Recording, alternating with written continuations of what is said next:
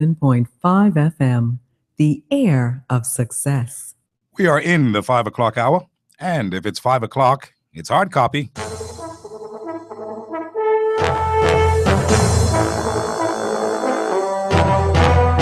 Hard Copy is a presentation of the McKinney Media Group. Copyrights 2017. All rights reserved. The views, statements, and opinions of guests expressed on this show do not necessarily reflect the views of the hosts, sponsors, or operators of this radio station. No part of this program may be copied or reproduced in full or in part without the express written consent of the producers, the McKinney Media Group. This is Hard Copy on the McKinney Broadcasting Radio Network. Hard Copy, as you know, seeks to lay out the facts in simple fashion for the inclusion of all Bahamians and Bahamians at heart. The focus every day to move forthright in our manner to build a progressive and developing country. Our desire is for a Bahamas with a competent, skillful, and productive workforce. We want a country that can feed and sustain itself. We want a country with a brilliant, visionary action plan that's ready to embrace a future of hope and prosperity. We encourage like-minded Bahamians to participate with intelligent and honest contributions. After all, my friends, we have a country to build, we've got jobs and industry to create, we've got a people to inspire and empower, and generations of born and unborn Bahamians, we the people, must protect and plan for. And if not you, then who? If not now, then when? Today on Hard Copy, wanted a robust economy of great economic growth. That's the ambition now. All this other stuff is just talk and past stuff. Transforming institutional investing, empowering Bahamians to save and invest, growing its business to create a strong and stable investment environment for generations to come. That's what CFAL has accomplished in its first 20 years. And that's what Bahamians can expect in the years to come. For at CFAL, we believe our past is a foundation for an even greater future. Call us today or visit cfal.com and seize your future. Okay, there's no denying it. Summer is here, and the only thing that can compete with this heat are the weekly specials at Super Value and quality supermarkets. First Choice Sugar, 4.4 pounds, $1.99. Grill Master Beef Patties, 5-pound box, $8.99. Kellogg's Corn Flakes, 24-ounce, $3.99. Value Time Towel, 1 roll, 99 cents. Whole watermelons, $4.99 each. And Guatney Bologna, 12-ounce, 2 for $3. Hot prices for hot days at Super Value and quality supermarkets. Ah, it tastes so good. Fresh, clear, ultra pure. Available at your neighborhood depot and nearest store. Echo Water, premium distilled. Don't be surprised. It comes in just your size. 20 ounces, 1 and 5 gallons, and 1.5 liters. Echo Water, just what the body needs.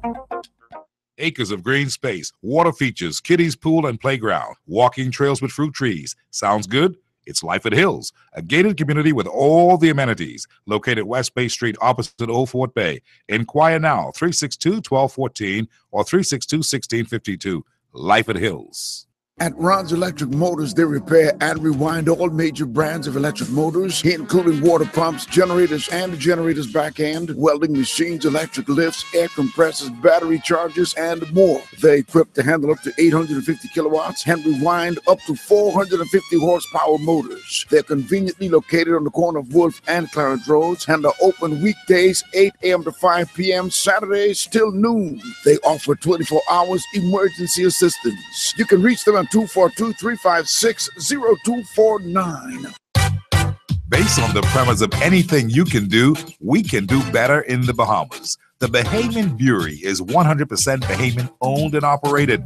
Our thanks to you, Bahamas, for supporting our family of beers and beverages. Sands, Sands Light, High Rock, Strong Back, Bush Crack, Pink Sands, and Triple B.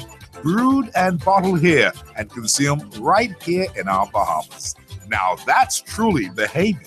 The Bahamian Fury encourages all of its fans to drink in moderation. Attention homeowners, do you have enough coverage for your home and possessions? Well, if you're not sure, maybe it's time you talk to Advantage Insurance. Your property and belongings are probably worth a lot more now than when you first insured them. After all the natural disasters we have experienced, it's more important than ever to be fully protected. Call Advantage Insurance at 356-0285 or visit us on Collins Avenue today. Advantage Insurance, celebrating 20 years of service.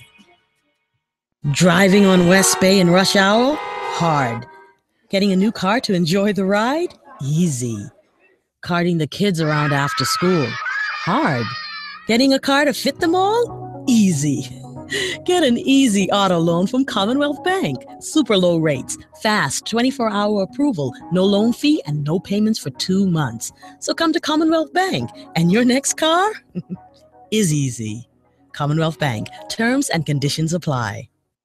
And now, here's a message from Bishop Nielsie Ellis. I want you to repeat after me. It is God's will for us to prosper financially. It is God's will for us to be in good health. It is God's will for our souls to prosper. Okay. God's prosperity plan for us encompasses the prospering of our soul, our spirit, and our body. When you talk about prosperity, you're not primarily talking about money, even though that is included. But when we talk about prosperity from the perspective of what God desires for our lives, we're talking about prospering in our souls, prospering in our bodies, prospering in our spirits. This is a new Bahamas. We always been talking about the new Bahamas. We need to remove the old weapons and introduce some new innovative stuff that we can move this country forward. To answer your question, I'm in a state of confusion right now because it's almost...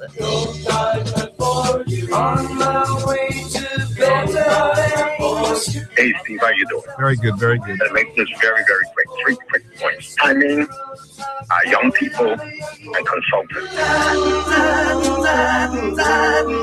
Call them, say this one, say that, but you got to wait until the next 3 months. Put out the president, they kind of get on.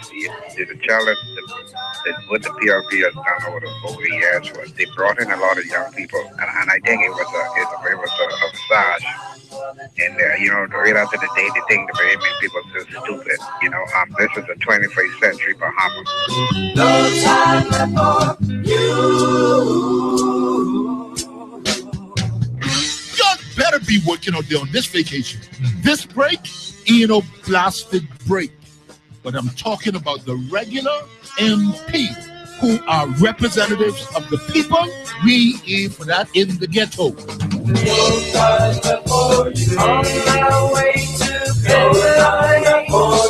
I'll find myself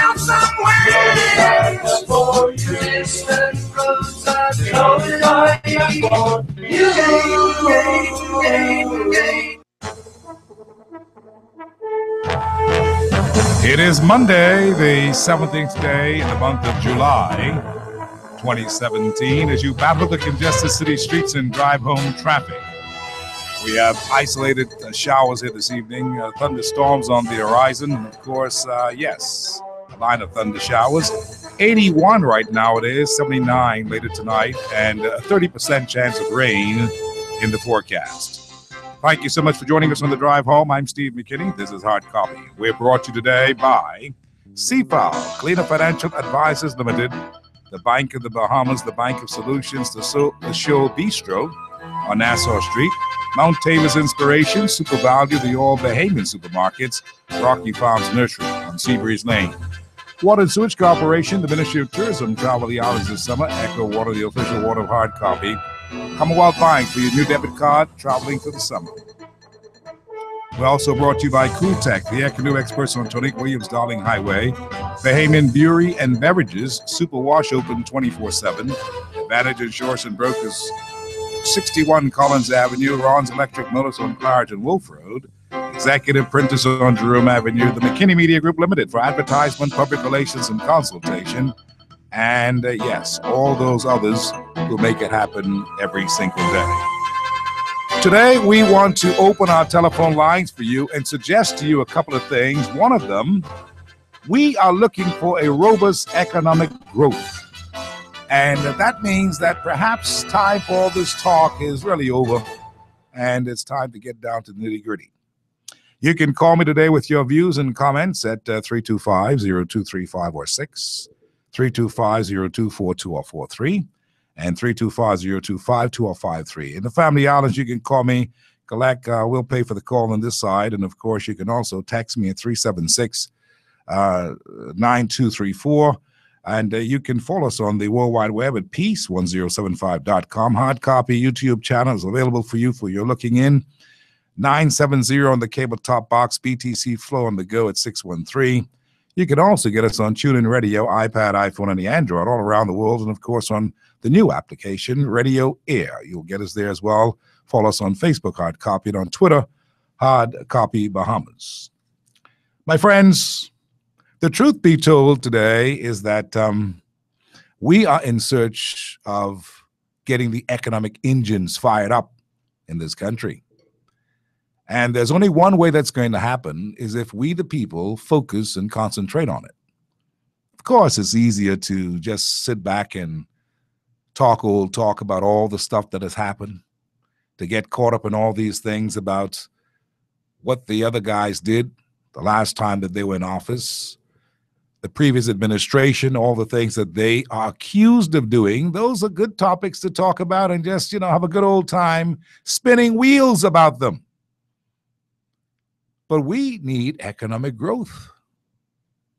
And it's not just me who's saying this.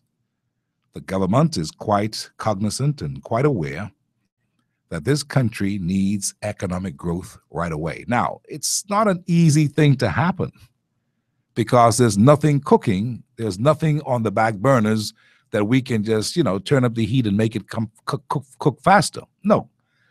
We know that a lot of things were not done in the previous administration and that the country basically went to hell. This is the truth of the matter. The country basically did not grow. We haven't grown in 4 years, this economy. It's a depressed economy, and we are looking forward to some good times because the people are miserable and the people are not happy at all. And that can translate into all kinds of misunderstandings with the present administration, who, for all intent and purposes, mean well. They mean to come in and do things that can get things started. Sometimes patience may wear a little thin to the point where people are not patient enough to see them get the job going. But we have to be patient on some of these things, and we must also at the same time continue to articulate our position that we want to see a robust economy in the Bahamas. Now, how are we going to achieve this goal? That's the big question. The first thing in achieving this goal, we believe, is that we have got to focus and concentrate on all things positive. We have got to forget about all of the things that we have been talking about in the last few weeks since the government came in play. And it's all been a bunch of negative stuff that is not going to grow our economy. Yes, we must make sure that consequences, as Desmond Bannister said the other day, there must be consequences. There's no question about it. But while there's consequences, we also have to have a positive attitude for positive growth. Just can't be the consequences. I mean, it's not hard for us to make sure that there are consequences because people are basically upset and peeved about all the things that would have happened in the past. But can we leave the past for a bit just today and concentrate on some things that we need to bring about the robust economic growth that we are looking for? It's wanted. It's really wanted. It's urgently wanted. It's needed. And maybe we put our minds to some good ideas and things that we need to be talking about, we can work the country and work the government into the frame of mind to concentrate more on the governance of our country and caretaking our country. I know you've heard this before, and I've been saying it over and over, but it's because it's really urgently needed. We don't believe that most Bahamians understand the dire straits that we are in with all of these rating agencies and the rest of them who are looking at us with jaundiced eyes and trying to deal with us. We can't afford that. We've got to begin the process of getting behind our government to make sure that we can kickstart this economy. Jumpstart it, get it moving. And while those things are very important, we've also got to look at the reality of things in our country. Do you realize, friends, that just about everything in this country is broken? We have to talk real, and we have to see how we can wade our way through all this mess. Just about everything in this country is broken.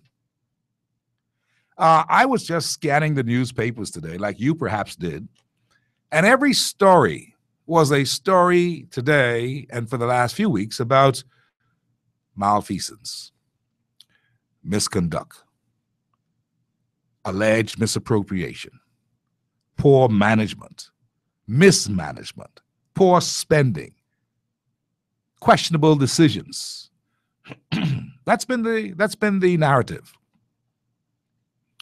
And when I looked at the papers today, my friends, I could only lament like everybody else. And I understand why we are in this quagmire. We're stuck and we can't seem to get moving. And it's because, look around you, nothing works. I saw Brother Dwayne Sands, who's now the Minister of Health, lamenting about the Accident and Emergency Center at the PMH this past weekend, how everything went crazy. The water lines burst, the water run down the corridors and flood the place. They ran into the electrical supplies and knocked out the x-ray machine and all the scanning machines and all kinds of stuff. Nothing works. And we want things to work. And so while you can tell us all of these problems that we are having, we kind of feel the pain of it. We want something done about it. What are we going to do? That was just one part of it. And so you could imagine people were sent to other clinics and other places to get emergency treatment. This is ridiculous. This is our situation. And of course, apart from a broken hospital that doesn't seem to know where and which way it's supposed to turn these days, there is that national health insurance thing that is really just a thing now. It's a thing. We don't know how to call it. It's a thing. We're not so sure what it is anymore. It's a thing. It's broken. It needs to have some kind of injection that can bring about life and bring life to people. But that's not working. It's broken. Somebody called me a couple of days ago on the weekend and asked me, how well is this NHI thing going? Because it should be up and running now, hey? And I said, my friend, your guess is as good as mine, and you're somewhere in the United States and you have no clue. And that is the same thing with me here in the Bahamas, resident here. We have no clue. It's not working. And that was the truth. So apart from the PMH and NHI just being in shambles, and these, by the way, are things that are there for the new administration to pay attention to and bring about remedies. It's not their fault. I'm not blaming them. But I am looking to them to find some solutions, immediate solutions, that can bring about the kind of stability that we need in this particular sector. Health. Apart from that, we're looking at a broken post office system. You can imagine, this is where all the mail from around the world comes in, and now the people can only work from 8:30 to 11:30 daily. Why?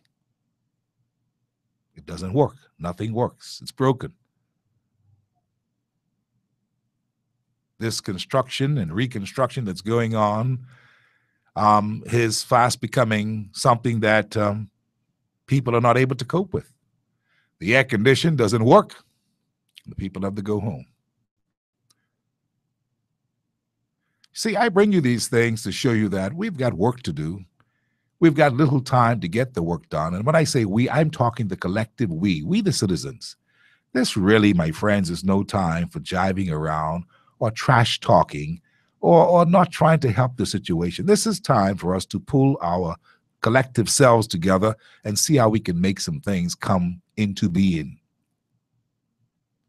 And so the post office doesn't work. And apart from the post office that's broken, while there may be some subsidiary post office buildings and the rest of it that some can go to and get their mail, there's a lot of other things that don't happen at the main post office building, and it's just atrocious. And I would ask this question, what is wrong with us? But this I can't ask today because the truth be told, we just elected a group of new people that we hope are up for the task in getting these things service, getting these things to work again. So that's where the patience come in from we the public. And believe you me, we are being patient, but are we tolerant? See? There's an intolerance here because these things should never have gotten to the state of disrepair that they are now in. Never. But here we are, grappling and struggling as best we could with a broken system. And I've not even touched bases with the real true elements of why we are in such a bad position as a country today. Our crime is still not under control. Statistically speaking, we see that there have been 21 murders since the new government came in place. And it's just a continuation of the same things that have been happening. Now, you may say that's an unfair statement. It's a factual statement. So we have the murder count now being somewhere around 73 for the year. And this is just July. Last July in 2016, it was down to about 50 around this time. Now it's up to 73. Is that not broken? And then on that same topic, you have where the Royal Bahamas Police Force seems to be in a state of flux. You see, the truth be told is that if the present commissioner, Mr. Greenslade, has been removed from his position, that should be announced absolutely clearly. There should not be any guessing or rumor. We are running a government, a country. If he has been relieved of his duties, we would like to know that point blank. And it should not be any guessing about we hear this and we hear that. We are trying to depart from the kind of floating and hearsay democracy that we have been trying to get away from for a long time. We want the facts. It's so easy to give us the facts. And if there's somebody who can say definitively that this is the position, please say it. We shouldn't have to be guessing as to what's happening in a time of crisis about the Royal Bahamas Police Force. If Greenslade has been found wanting and has not done his job to the satisfaction of the powers that be, and I include the new government, then it should be said, this is why we are moving from this position with Mr. Greenslade to another position with another person or another team. You see, if you don't clearly say things, it leads to speculation and rumor and all kind of foolishness that a new government should not have any time to spend on. And the people of this country whom you serve should not be guessing. So, is it Mr. Greenslade in or is he out? If he is out, it should be clearly articulated that he is out. If he is going to London, as has been rumored, then it should be said definitively he is now going to be reassigned to something else. We've offered him a position in London, whatever. But it cannot be lagging along that we're not so sure in a broken country who is now the commissioner of police. It's ridiculous. It makes no sense. Mr. Greenstay was appointed in 2009. He's had a pretty good run. If you don't believe that he's any more doable in this particular job, say so. Let us move on. It shouldn't be where one is told to go and ask him. It should not be where it is suggested to media, we're going to run you around the mulberry bush. Listen, we have no time for these little small things. And I'm saying that because we are the keepers of the gate as the fourth estate. We've got things to do. We've got people to tell the truth to. We've got to outline so we can know how we're going to forge the way forward. Is that so hard? And what it does, it brings about this kind of state of flux when we don't have the proper information. So maybe the powers that be will make the requisite announcement that Mr. Greenstay is out, and has been purported Mr. Ferguson, Anthony Ferguson, is in. You don't have to float that for 6 years. This is where problems come in. We expect changes. The government of the Bahamas is there. We've elected them to make the necessary adjustments and changes because the previous administration didn't do too many things that make this country work. So we expect changes. So if there are changes, say so, and let us move on to the next phase. And so it seems to me that the police force is also broken, because we need to know definitively who is our commissioner. As far as we know today, we suggest and believe that Greenstay is commissioner. No one has told us differently officially. But of course, these rumors, remarks, and statements continue to persist, while the crime continues to run amok. Marvin Dames is a great young man who, in fact, I believe will do extremely well as the new Minister of National Security. He brings a lot to the job. Skill, know-how, performance. He brings a lot. There's no question in my mind. He has to tell us. He is the administrator overall from a government perspective. He has to tell us the way forward. We expect him to.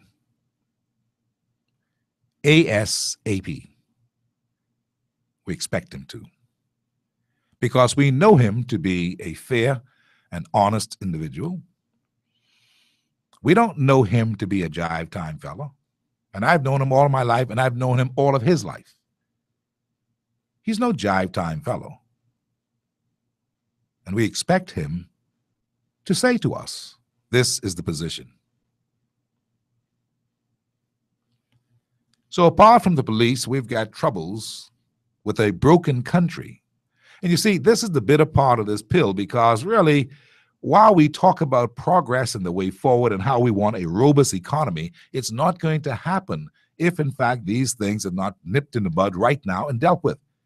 And any government that's really thinking about what they're doing and where they're trying to go will quickly deal with these matters, because these are kind of small, trivial matters, you know. The real McCoy, the real big punch in this whole thing is to get this economy robust again. We've got to grow this economy that's not grown in the last 4 years.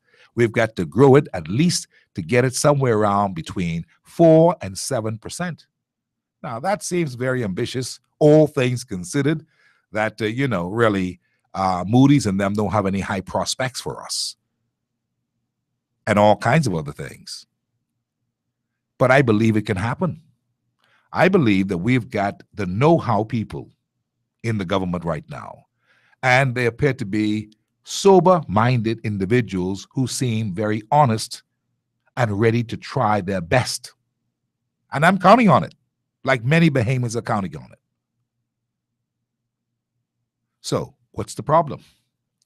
The problem is that we have to start from somewhere.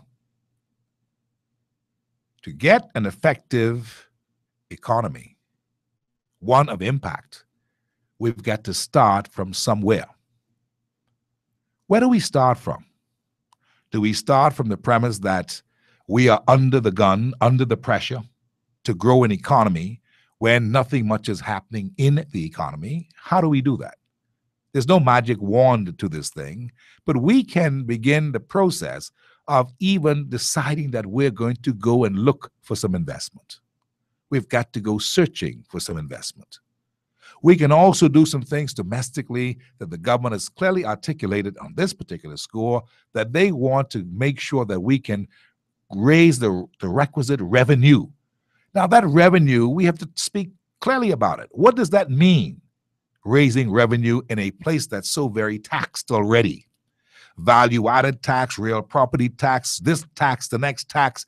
How do we raise more revenue to satisfy those people who we've borrowed all this money from, that got our national debt hovering somewhere around about $8 to $9 billion and have got our GDP, our debt ratio soaring so high that we can't get no more loans, somewhere uncomfortably around about 80% of the gross domestic product. It's not an easy fix, but we got to start from somewhere. And the best place for us to start from, in my humble opinion, would be looking at our resources, whether that's the fishing resources, whether that is the agricultural resources, whether that is the resources of oil that's under that ocean, the resources of aragonite, of all of these different materials that we can somehow market on the real market to bring monies into this country. We've got to start from somewhere. We've got to enunciate to the Moody's of this world and the Standards and Poor's of this world that here is what we have, and this is how we plan to do it. We've got to set up with an economic plan of action that's going to stimulate different parts of the economy where we do have a stake of something that in fact can be saleable. In other words, if we have a place like Grand Bahama and things can happen there, we've got to try our best to get there and make things happen for Grand Bahama, whether it's bringing in new industrial plants, whether it's bringing in manufacturing, whether it's bringing in more oil refinery situations, whether it's growing the maritime affair. We've got to begin the process. Because the truth be told, 5 years is a very short time, and these people who are breathing down our necks, they really could care less, you know. You may not believe that. They can care less. Their thing is that you're losing your rating. Your ratings are low. If your ratings get so low, it's not an investment grade anymore. Nobody wants to come and do business with you. So are we going to just sit here and just wait for this thing to fall apart? Or are we going to get up, shake off ourselves, go out into the world and go find? Seek and ye shall find. Knock and it shall be open. Ask and you shall receive. These same three things from the Holy Scriptures are things that can be applicable today to the Minutes administration. Seek, you shall find. Knock, and it shall be open. Where are you knocking? On whose door? Are you knocking on the door of America? Because maybe they're ready to open the door. Ask, and you shall receive. You got to ask. You've got to seek. You've got to look. And so we have to begin from somewhere. And we've got to use what we have. Now, I offer those things there today because I have some insight as to what is happening. And I understand some things that cannot happen at this particular point. And I understand the things that are realistic in our making them happen. But we've got to begin the process. We can't keep sitting down. Am I suggesting that the government is just sitting down? I don't mean to suggest that, but I'm saying that they can get up some more. Get the lead out. There's no time to waste. And we've got brilliance in the government. Nielsie the Agler is no little pushover. Dwayne Sands is no little pushover. Jeff Lloyd is a hell of a fellow. Ideas and plans and organization skills. Marvin, same thing. Halson Mutri. All of these people and many more, Renwood Wells of this world. There are many of people who know exactly how we can jumpstart and get some things going. I call those names not for favoritism, but the entire lot of this new government is a good team. It is a good team. Now it's got to gel. The synergy has got to become real in a way where we can all appreciate the things that they have brought to the table, expertise that they have brought to the table. And we must be willing to give them all a chance. But this is not about PR. This is not about, faking it. This is about actually making it. People are tired of those who are faking it. Those who are faking it, they got kicked to the curb in a big, bad way. And they may never, ever return to the governance of this country. You may not believe that. But if you were reading the newspapers this morning like I did, you would see that Phil Kalanos, who writes a column, is an accountant by profession, gave it straight to them. He cut straight to the chase and he said it to them. Sit down and shut up. And you're talking too much and you're not making sense.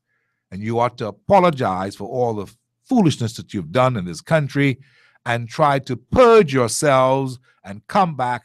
Otherwise, you can be out for the next 10 years. The next 2 election cycles, because you refuse to remake yourselves. And on that same score, he says, and there are some people who should just forget about it totally and get off the scene, because the new PLP will never be new if, in fact, they can't have a resurgence of new people to fix that party. And while that ain't our business, it is something that we keep in our mind, because the truth be told, that tells us how much we now have to really depend upon the Free National Movement government under Hubert Alexander Minnis, because the truth be told, these guys are just wasting time, the PLPs, talking about what they didn't do, talking about they ain't gonna say sorry, talking about all these things that are egregious to the Bahamian people. Nobody wants anything to do with them. Nobody wants to hear them. That is the truth of the matter, Nobody really wants to hear them. There is no hope in them. People find them hopeless. You know what Galana said in his column? He says, listen, Bradley Roberts must sit down and shut up and forget it and remove himself forthwith, immediately, remove himself as chairman of that party, because nothing can happen around him. Now, that's the PLPs talking to the PLPs, This is the same kind of strong talk that has to happen within the caucus of the Free National Movement, in the body politic of that particular grouping that is now the government of this country, and that they now must govern. The elections are gone. Hubert Ingram said something recently. He says that, a lot of times people pay politicians back by voting them out. So all those things that were egregious to us and that we didn't like, we fixed that by getting rid of them. And in Mr. Ingram's point of view, his whole thing is that is how people in the Bahamas react to things. Once they finish with you, they vote you out and they say, see you later. That's how they do it. So all of this thing about us going behind and looking and finding and just putting more burden on ourselves as a new government to deal with all the bad practices of the old government may in fact be a little too much. I'm not saying it shouldn't happen. It should happen. It should happen from the other authorities. Don't get involved with that, politicians. Don't get involved with that, ministers. You've already done your good work. You've done a good work. You've said, look, this looks missing. This looks like something questionable. This looks like that. You've done your part. Now you've got to remove yourselves from that. And I have to talk frank like this because, you see, I see mistakes. You have to remove yourself from it. You've already explained to the Bahamian people, this is what they did. They were not good. You've now got to remove yourself from that, and you've got to now get concentrating on the governance. Making it better, making it better. We are going to make it better. That's what has to happen now. And there are people who are depending upon you. There are small businesses like myself who are depending upon you to make the environment conducive for good things to happen in this country. There are many small businesses around this entire town that are depending upon the new government to make the environment sound enough for fertile ground so that it can grow. And then, of course, the nation depends upon the new government to make this country great again. The last time we had any sweetness was somewhere around, early 1990s, 2008, we had problems. We had a fallout with the world as far as things just going to Fannie Mae and all that stuff that happened in the stock market. You remember that. We are now at a point where we have done nothing to shore up this country under the last regime. While things were not as good as they ought to have been, it could have been a whole lot better. But our guys were stuffing their pockets. Allegedly. They were distracted doing other things. It's all a part of the past with us now. While there's penalty, I agree with Desmond Bannister, the Minister of Works, that there should be consequences. Let the consequences fall where they may, and let the authorities deal with that. The police authorities, the state authorities like the judiciary, the politicians, the political authority must be busy with the proper legislation to make sure that we can ensure good governance going forward. So one major thing that has to happen now that I believe Standards & Poor's and Moody's are really looking to see happen is what? That we reform our spending. 1. 2, that we have the kind of prudence to deal with this whole matter of having fiscal responsibility in our spending. Had the last government done that, this government would have been in a good position because Moody's and them would have backed off and said, at least they've already got this bit of legislation, they've done it. But it didn't happen. So now we have to get busy doing that first. It's a priority matter. And Moody's will not be impressed with us, or any other rating agency will be impressed with us if we don't get that thing done now. That is why when people say that they're on a summer break, they can have a summer break, but my friends, that summer break must be one where we are working and it's articulated very clearly to the Bahamian people, this the deal, this is what we're going to do. These are our first 5 points of new legislation, new policies, just when we get back. That kind of talk is encouraging. And so at the risk of sounding boring to you or boring you, I'm trying to say to you today that for God's sake, Bahamian people, let us get to the point of reconstruction. Anybody can do a show laughing and talking and cracking joke and talking foolishness. That is not going to help this country. What's going to help this country is fresh new ideas, volunteerism, people who are volunteering to help and assist. This country is in crisis. You have no idea. I've told you this before. You need to hear. You have no idea. This country's never mind these guys talking about they didn't do this in the country. It ain't no true, and the country ain't all that bad. They are not telling us the truth. They've already fooled us. We've already dealt with them for it. They were dishonest. They were not honest in government. Why should we believe them now in opposition? We're not interested. We want to be engaged in how we're going to get this country back on even keel. And if we don't, God help all of us. Because let me just tell you, if you see Moody's come and downgrade us, despite all of our best efforts, and Standards & Poor's have already done so, these are the two grading agencies that are predominantly listened to by the entire world and the World Bank and IDB and everybody else. You need to understand that. And whether you don't like it or not, it doesn't matter what you like or not. The bottom line is that they got the say.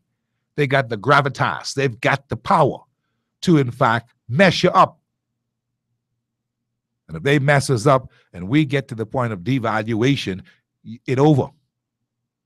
Let me just say it to you like that, because I don't think you're getting it.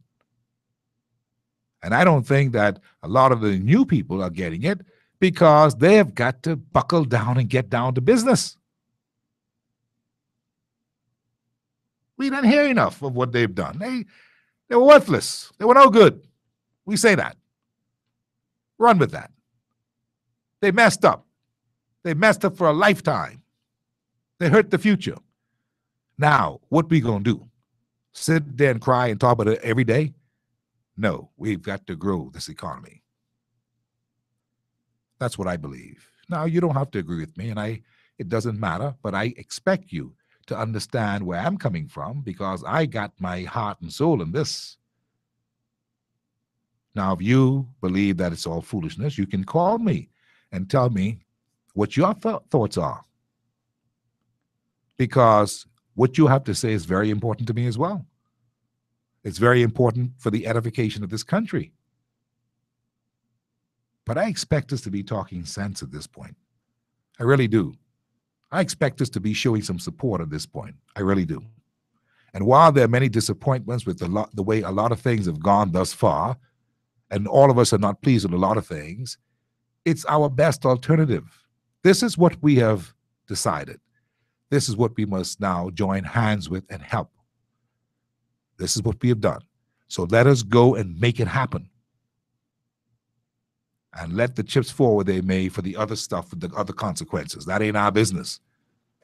You do foolishness, the people come lock you up, well, that's life. But this particular group have got to go there and make it happen to show the difference, to turn it around. And that's what we're looking at today, turning things around in this country, because we know, wanted, says the sign. I've just created a sign. It says, wanted, a robust economic growth. That's what we want. That's what the nation wants. That's what we need. So you can call me 325-023516, 325-0242 or 43, 325-0252 or 53. You can text me at 376-9234, 376-9234. And I welcome you this afternoon on Hard Copy. How you doing? How you doing, Steve? Very good, thanks. Yes, man. I'm gonna call you now, Steve, the organizer. This is your new title for Amos. I see. The organizer. Okay. Our country, how far have we come, Steve? 1242. We've come. We need serious organization. Mm-hmm. Go ahead, Steve. You going to say something? No, we've come far, but we have not gone far enough. Not definitely. And so we gotta need a good organizer. The Bahamian people we're talking about when we say we. Okay? Because, we're talking about creating solutions for ourselves, and hopefully the government will catch on. They caught on because the people took to the social media. Social media is bigger than each individual country. Okay, let's start with this, Steve. Our country is known for having the greatest accountants. Okay? Our country is also known for having some of the smartest doctors in the world. Our country have been governed for 44 years by lawyers. Now, this is what I want the organizer to know, to speak to his people. Okay? This is the people's time. You already start the premise of the show and what you're dealing with. Amos Jr. Miller is on board. Now, the organizer whenever he's ready to have a individual personal conversation with me off the phone, and then to help me, so I can know what you need me to do, and then what you're saying is going to have more weight. See, this ain't their country. This is your country. You are chilling right now. You got to get up and work every day. I thank God my little brother helped me with a car now. I'm driving. I'm no longer on bus. So I want to say hi to everyone who's catching a bus heading home. I have to wait. I got you, brother Amos, and Let I me go then. and I will call you. Listeners. I will call you. Okay, then. Thank you, brother. I will call you. So Amos is on board. Amos says, "Look, if you're saying let's go, let's go." He wants to go too. He wants to help to organize, and that has to be the attitude of our Bahamian people. You know, it has to be the attitude of media. It has to be the attitude of church. It has to be the attitude of those in the state. It has to be the attitude of new and all the new public servants. It has to be the attitude. It's time to work. We working to save we country. Don't you get it? Some people on the outside judging us, and they decide that you all ain't know what you all doing. And that may have been so. But now we've got to get a chance so that we can show them that we know what we are doing and we want to do the right things. Are you on board? Get on board with Minnis and them. I mean, give them a chance. When I say that, I'm not saying don't criticize them. I'm saying give them a chance of at least the possibilities. And they have a chance because they've been elected, so they can still go there and do what they feel like doing if, in fact, you don't want to support them or not. But you see, it's easier when they can feel the people's heartbeat, the pulse of the nation. They can feel it from you, the people. It'll be easy. It can make it easy for them to want to do more, to want to do as best they could. There's no room for failure. That's what I'm talking about with the togetherness kind of country. At this point, there's a time for everything, you know. This is a time for us to get together and to hold hands, lock hands together, and work it. So what does that mean? That means that the criminal element who have been fooling around and doing things, it's time now for you to help the country. Put down your weapons here. Doesn't make any sense because it's going to be tougher in this new dispensation. It's going to be tougher. Put down your weapons. Change course. Come with this new team and let's build this country. We by ourselves. Them other guys can't help us no more. Don't look back there. Looking back is like looking like Lot's wife, looking back, turning into a pillar of salt. Don't look back. Let's keep moving because we've got to build this country. I mean, really build this country. So all those in the Chamber of Commerce, all those who are in the Organization for Better Governance, have to get moving now. Make suggestions. Call these fellas up. I know that some people say they're hard to get on telephones, but find them. Let us move forward. I want us to marshal the troops to move forward, because if we don't do it together, friends, we will all wallow in the kind of nonsense that is about to come. You don't want that. Trust me on that. You do not want that. When you do your research and you compare us with that of Jamaica, and you see the man, Issa was this morning in the column writing a story about how we need to get it together because we ought not to make the same mistakes that Jamaica made with their power suppliers like we are making with this group called BPL. BPL is a nasty, dirty word. It is. You have to call it what it is. And at the same time, they have not apologized. They have not even been trying to make the corrective steps. Everybody is talking badly about BPL. Why? Why is that so? Everyone, businesses, residents, consumers, everybody is talking bad about them. It is not the personnel of the local workers who are trying to hook you up and give you light. It is the company's image and reputation. Are they the best that we can do? I had an international caller, and I'm going to get to these calls right now, who called me, a good friend of the Bahamas. He's a friend of the Bahamas, been here as an ambassador to this country before, during the Bush years. And his whole thing is that if he had his way of coming back to the Bahamas, perhaps not as ambassador, but as a business consultant, a business person or so, the layout that he would put down on the land, things that he would do. And you know what he mentioned? First two things, BPL and the water suppliers. You know why? Because we have been given a bad deal with this electrical supplier, this what you call this new energy supplier. We haven't seen the end result of that yet. I've been told you all gonna be hollering. He says, isn't that a Bahamian word? I say, yes, hollering. Ah! Hollering. By the time these fellas get finished with us, these cats. Is anybody doing anything about that? Are we cognizant of how we are going through all this stuff with BPL? All this, these power surges, and are we on top of that? See why we need good governance? Hard copy, how are you? Hard copy, you there? Afternoon, how are you? Good afternoon, Mr. McKinney. How you doing? Very good, thanks. Mr. McKinney, calling from Mango Peak. Mr. McKinney, I listened to the radio this morning, right? Yeah.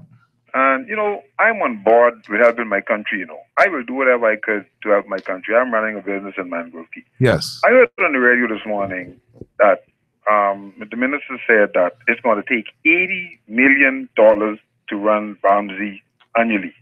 I haven't heard anything about what the profit will be. I don't know. We must be going to make $90 million. Because I cannot see us throwing $80 million at something again. Bahamas there, along with some other entities, are taking monies from us. And now we're going to throw $80 million at BAMSI. I was just... Well, I don't know if you're reading that in context. He was talking about, Renwood Wells, who's the Minister of Agriculture, he was talking about the fact that Christie and them spent some $80 million, and it may be higher, on the BAMSI operation. And he says that there was somewhere around about $10 million in just salaries alone. And that, his whole position on that obviously was that this is untenable. We can't be doing this kind of stuff. We've got to scale back and look at how we're going to best profit the country if in fact we like the idea of BAMSI, but this is ridiculous, $80 million. And this is a far cry. This is far over and beyond as to what Christie and those have been forecasting for the BAMSI operation, if you recall. And so that was what he was coming, that was where he was coming from. But it is scary if we were to go and say, we're going to continue with that in the same aspects that it is now, spending $80 million and $10 million more a year as far as administrative costs and salaries are concerned. I agree with you. Because, again, listen to this, right? My grandparents produce a now generation from little subsistence farming, going in the field with cutlass, yes, and stuff like that, and came out successful. That is what the islands are about. And now we are spending millions, and we can't get this thing off the ground. Yeah, that's my point number one. Something really need to be looked at with that, right? Yes. My second point, you mentioned about the hospital equipment. Bad inspectors.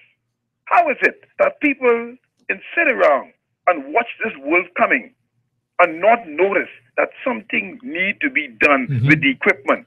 I mean, as simple as either buying some plastics or whatever need to do to correct this problem.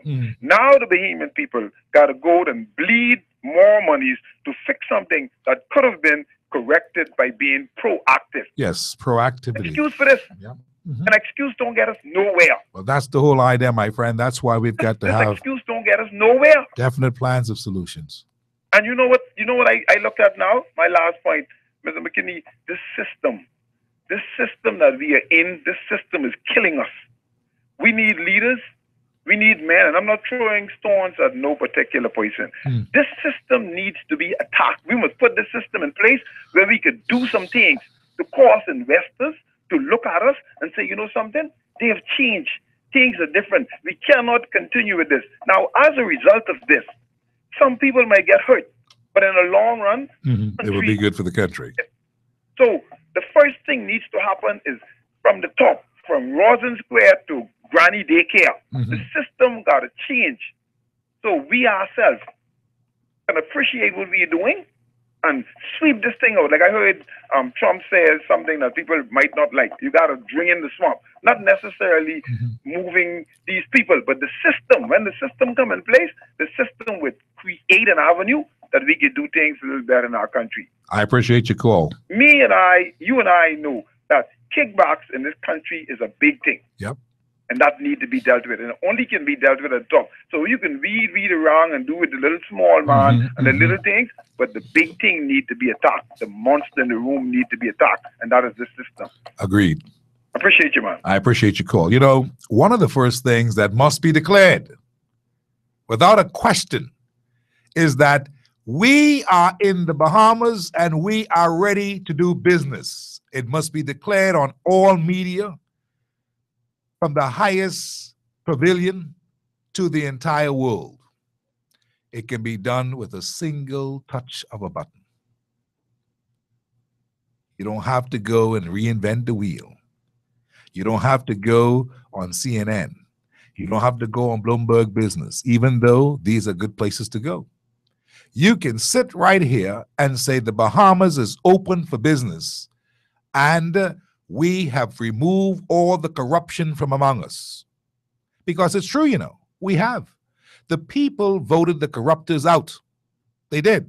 So we can make that clear statement, a clarion call to the entire world that we are open for business, we are ready to do business, serious inquiries only, because corruptors and those with the corrupt mindset are not welcome.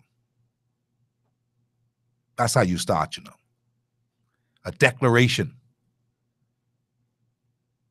And you do that because you want people to know we starting afresh, anew. And there's nothing wrong with Mr.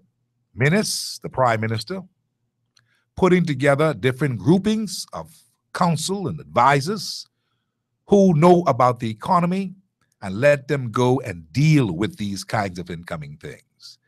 There's a new way of doing business. We have removed all the impediments of doing business in the Bahamas, the slow processes, all of the red tape, and we have done that already.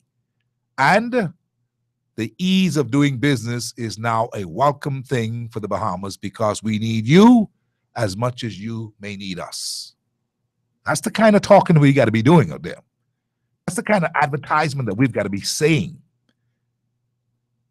And if people don't believe that this is what should happen, the government, in its wisdom, should quickly move about in facilitating an international commercial that can be played internationally about the new day in the Bahamas. You see, the world must know that we are open for business and that we are doing business.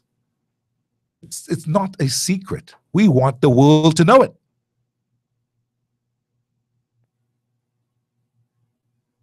You see, if we don't do that, it's like hiding your light under the bushel. Nobody can see it.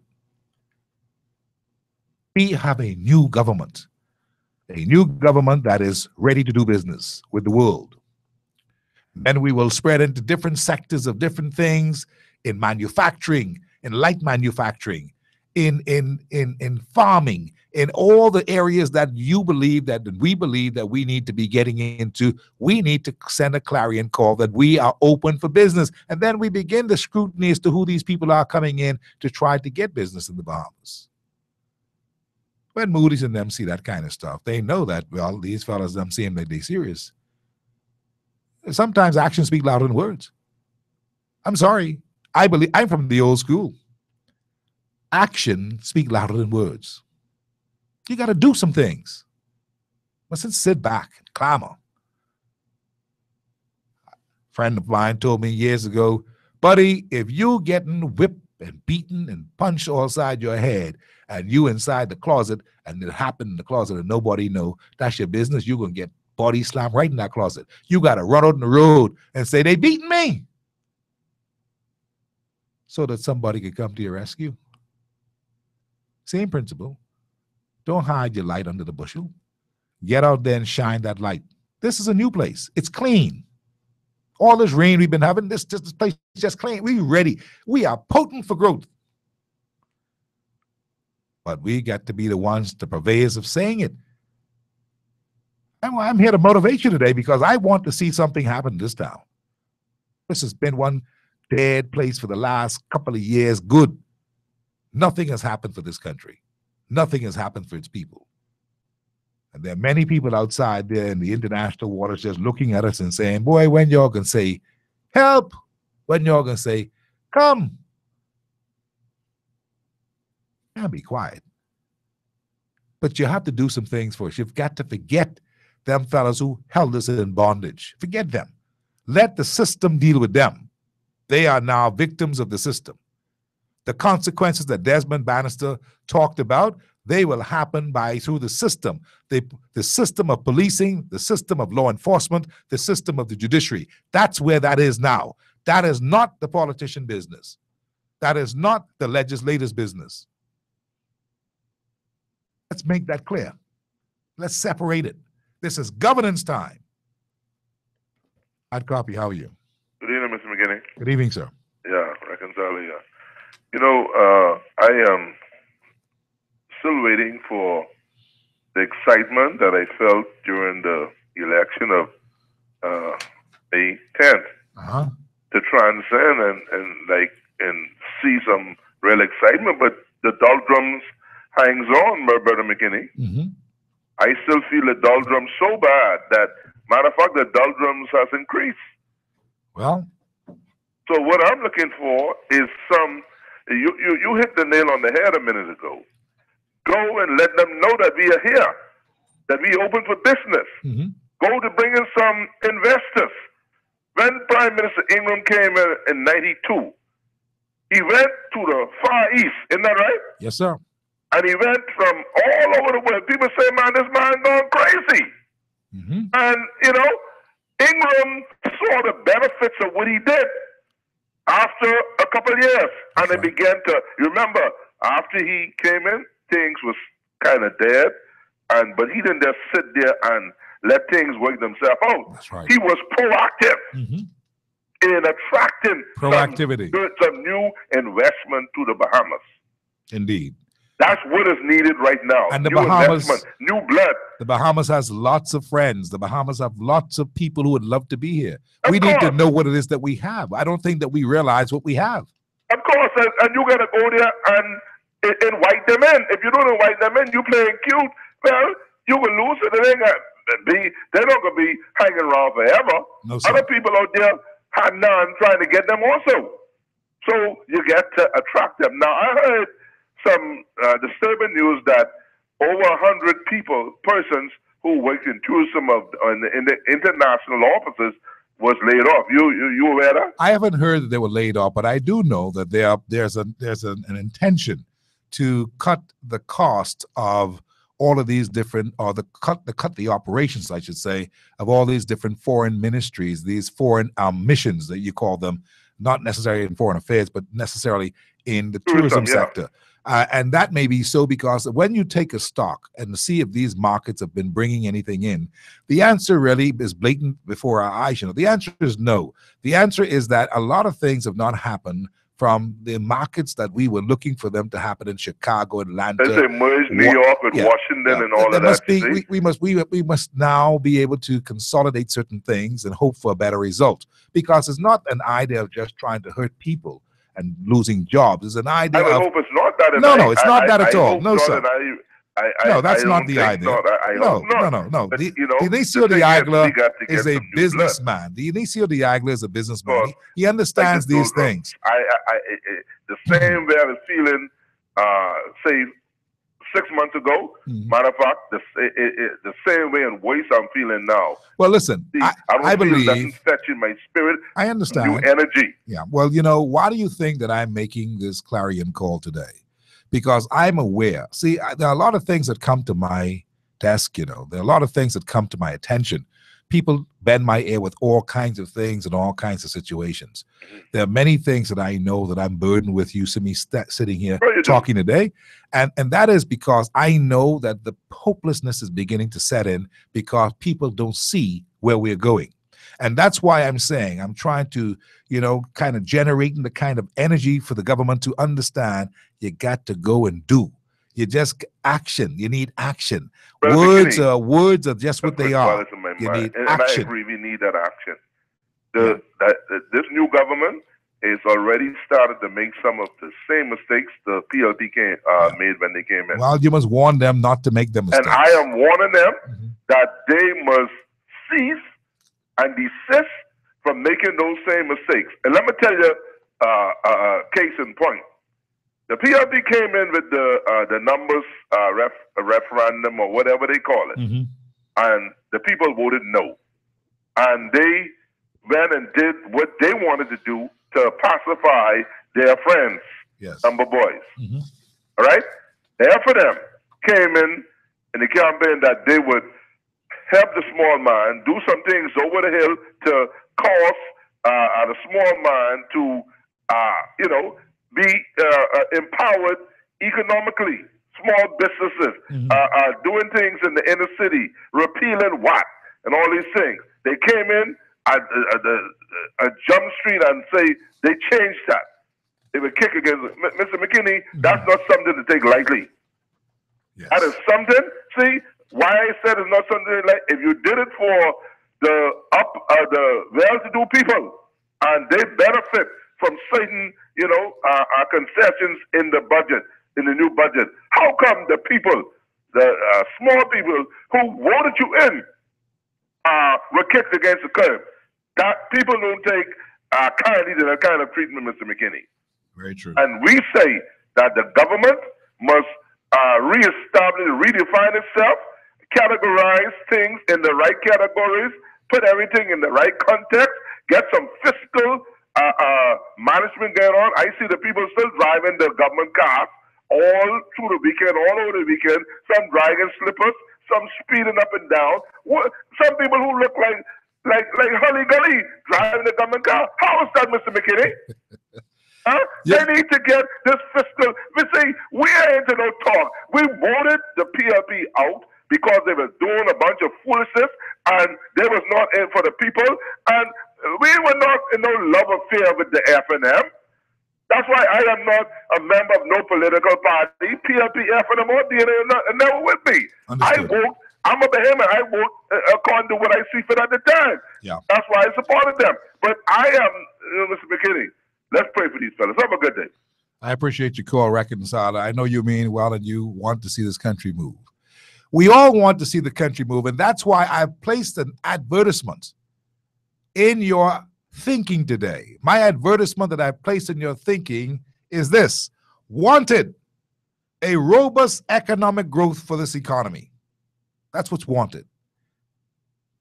And that's a wanted hour that I've placed out there in your minds. Do you want the same thing? Robust economic growth. Without it, nothing's happened for us. That is the benchmark. That is what I want to say. That is the banner cry. That is the focus, should be the focus of our grouping now. That's what we want, a robust economic growth of the economy.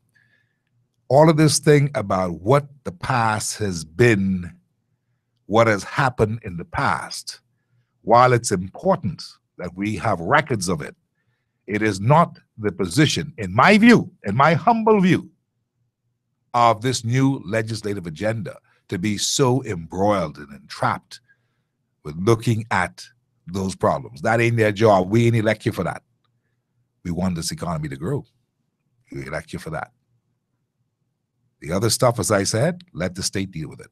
Let the authorities of the state, that's the judiciary, that is the police and law enforcement. They are competent and they can do it. They want to do it. It's their job. They look forward to doing it. Let them do it.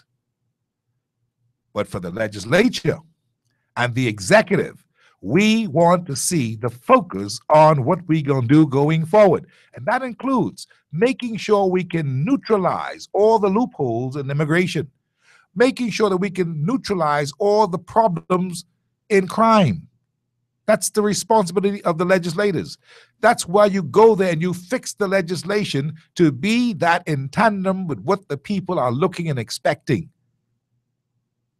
And you have to declare, we in business, we looking for new business, we looking for economic growth. And this is the only one way that we can grow this country is if we look to and realistically deal with what the problems are.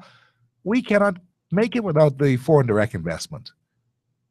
The country has been based upon it, even though the ambition was to make sure that we can have sustainable government through sustainable agriculture and fisheries and all that. Yeah, and that's fine, and but how realistic is this as far as the stimuli that we need for the country? So let's don't get caught up with the nationalistic kind of viewpoint that we can do. Yeah, we can do those things and we can work toward them, as Pinling and those tried to work toward them all these years, 44 years, and we're still not there yet. There's still the need for the foreign direct investment. There's still the need to do some other things that can help us grow domestically. And today I want to lay out some of those things before we lose the time. We've been saying them all along, but today I feel an urge to say it again as clearly as I can. And in a minute, we'll get to that. Hard copy, how are you? Steve, good evening, man. Good evening, sir. How you doing? This is another Amos. This is Amos Saunders, your friend. I know Amos. How you doing, Saunders? Yeah, I'm doing all right. Steve, you said something a little while ago. Mm-hmm. Your show is the only show I listen to. Mm. Because you're straightforward, you're honest and a fair man, and you call it like you see it. Mm-hmm. I appreciate one thing what the Minister of Finance said when they come in power to cover this bill. Yes, he Would did. you going to lie to the people and pretend that things is good and it isn't good, right? Mm-hmm. Yes. They talking about Moody and IDB is the biggest entity in the world, and they know what's happened. So why are you going to lie to them No, you can't lie to them. and say this happened and it ain't happening? Very true. Lying to the people, and when people find you dishonest, if you honest with the people will respect you and appreciate you for who you are and what you are. Yes, sir. You know what I mean? Eh? Mm-hmm. Yes. And that's the right thing he did. Let the people say, oh, this thing or the other thing, but let them be straightforward with the people, and people will appreciate them and respect. If ain't no money there, ain't no money. If money there, they wouldn't got to borrow the money. And I saved all of my life. When I worked the Center Garage in the 60s, Mm-hmm. I get lambasted with the PLP because I used to be a man, shy, wearing my PLP shade all the way, and when the PLP come in power, and they take over Central Garage, take over Central Garage, that place never caught itself. Never the white man. I got to go to the white man and ask the white man, I need a raise. I had to go to, but I couldn't even go down and sit with Kiki Nose, and he put me through all kind of hell, and high water, and I used to do for him and his family and all of them. But Steve, God said high, and he looked low. And let me tell you something. This government can surprise a lot of people. Everybody want things instant. Things instant. You got to wait on the Lord and be of good courage, and He straighten our hearts. That's what He promised. So just give the people a chance and let them do. Steve, you take your buddy, and you have a nice evening. I appreciate it. All the best to you. Oh. And I do hear what you're saying, and this is just precisely the point. While these things are going to cause us to indulge in a little bit more patience, there's also a level of intolerance to things that we know can be fixed, and we want to hear it clearly articulated as to the plans to fix it. So there's nothing wrong with having a balancing act. As the gentleman said, he think that I'm a balanced fella, and I am. The point is, we know the realities of things, but we also want to hurry up and push along and help along and assist as best we could the formation of a group of people who see the picture, see the big picture, that the country is in dire straits and we need to fix it. It's our lot. It's fallen to us. The good Lord has placed them there for a time like this, and it's fallen to them to go and fix it. That's the job. They got to fix it. And so that is where we are. Now, I want to look at a couple of text messages before I run to the break. It says, This caller says, this texter says, "Good evening, Mr. McKinney. I'm enjoying your show as usual. Mr. McKinney, I'm trying to figure out why are we still focused on a slavery mentality industry like tourism? There are multi-billion-dollar industries out there that we should have been eyeing decades ago. Do you know that the gel caps used in the medical field are made from an aragonite? So are the pill bottles and the pill bottle caps and even the pills, what people may say. The other day I was reading a popular cereal box, and guess what one of the ingredients was? Calcium carbonate. Do you know what that is, right? Yes, I do. Have a good evening, my brother. So this person is saying, think and grow rich. That's what he's really saying. Think of what you have in natural resources and supply the world. I believe that we did an advertisement that says, come on over. We have an abundance of never-ending abundance of aragonite. Do you need aragonite? Can you imagine an ad that says, hello, do you need aragonite? We have an abundance in the Bahamas. The best and the finest. Ask the entire world. I believe we'll get some people coming this way. Look for it. Now, that'd be in conflict of interest with anybody. You think? We grow in a country here. Powder like aragonite we got here. See, in other words, if we can develop the industries that can make the glass and can make the gel caps, as the fella said just now, and make all these other things, we certainly could supply the raw material for it and get a profit. We have a never-ending abundance of aragonite. It will always be there. It can't run out. God made it that way. These are the things that they have not told us. The wicked ones. But these are the good ones now. The ones who are in now, they're the good ones. So far. Hopefully, they haven't gotten infected with all that wickedness to cause them to perpetrate fraud and tell us foolishness. See the point? Okay. But there's so many other things that we can do.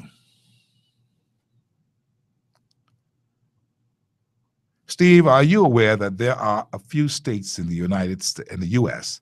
that are bankrupt, on the verge of bankruptcy, and are also insolvent? Illinois is one of them. This is what this person is saying. Just to say that, there are many things out there that we may not be aware of, I suppose, or that where do we stand in this whole pool of the entire world as to countries that are not doing well? Well, you see, I would always want to be counted as among the countries that are doing well. I'm not interested in those who used to be. I'm interested in those who still are. I'm not interested in a failed state status. I'm interested in a prosperous state of first world status. So we speak that way and we talk like that because that is what we believe in. Good afternoon, Mr. McKinney, says this texter. What you said is spot on. Agree with you with everything you said. I support you and listen to you every day. Prime Minister Dr. Menace is supposed to address the nation this week and may address those post and those past and other matters. This person may be preempting his address to the nation. So I would suggest let's give him that opportunity to do so. And if he fails, keep his feet to the fire. Let's hear him out first in his address. Where lacking, let's call them out on the issues.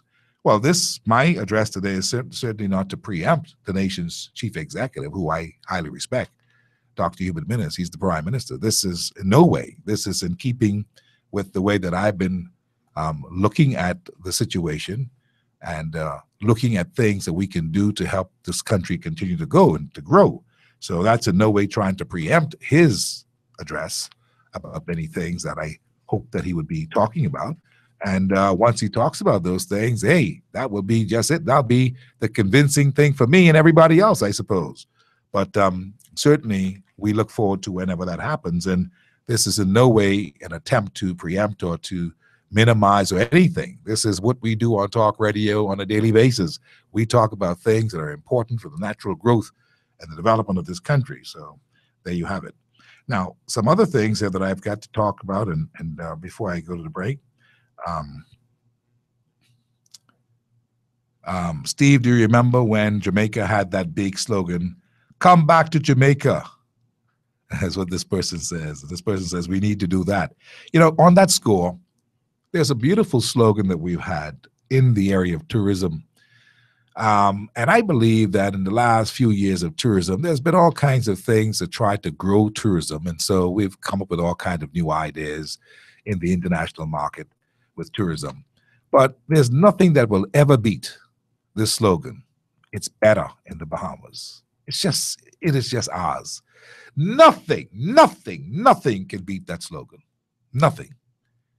It's in context every time, no matter where you are, where you say it. If somebody from Jabim says that, boy, the best place to come is this and that, and next thing, and blah, blah, blah, and you simply said, I hear you, my friend, but it's better in the Bahamas. You see the point? No matter what they say, no matter what they're talking about, no matter the context of what they're talking about, the thing is, but it's better in the Bahamas. Do you see? So we need to perhaps slide back to that slogan and, dust it off and push it up there again and say it again. And it goes hand in hand with what's happening with the new government now, because we are open for business. And we mean business, not corruption. Those days are gone. We have voted out corruption. We have voted out that kind of thing. We are now a new group of people with a new attitude, open for business, because it's better in the Bahamas. I like the sound of that. Stevie, let's run to the break and let's pay a bill. When we come back, there's much more to talk about here this evening, including some of those caveat points enunciated by others in the outgoing government and talked about by others who mean the new government well and have been saying it for some time. Economists and financial analysts, they've been saying it. We will outline some of those things that perhaps would get the immediate attention of Moody's and them to understand. Give this group a chance, because these are the things that we are looking at. And we are sober and serious about accomplishing them.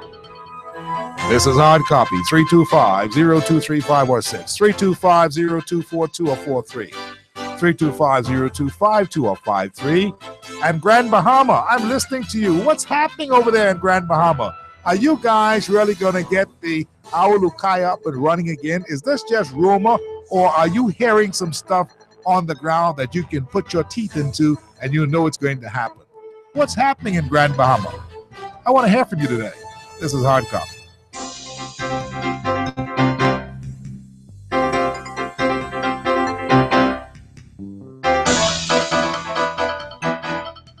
At Ron's Electric Motors, they repair and rewind all major brands of electric motors, including water pumps, generators and generators back end, welding machines, electric lifts, air compressors, battery chargers, and more. They're equipped to handle up to 850 kilowatts and rewind up to 450 horsepower motors. They're conveniently located on the corner of Wolf and Clarence Roads and are open weekdays 8 a.m. to 5 p.m., Saturdays till noon. They offer 24 hours emergency assistance. You can reach them at 242-356-0249.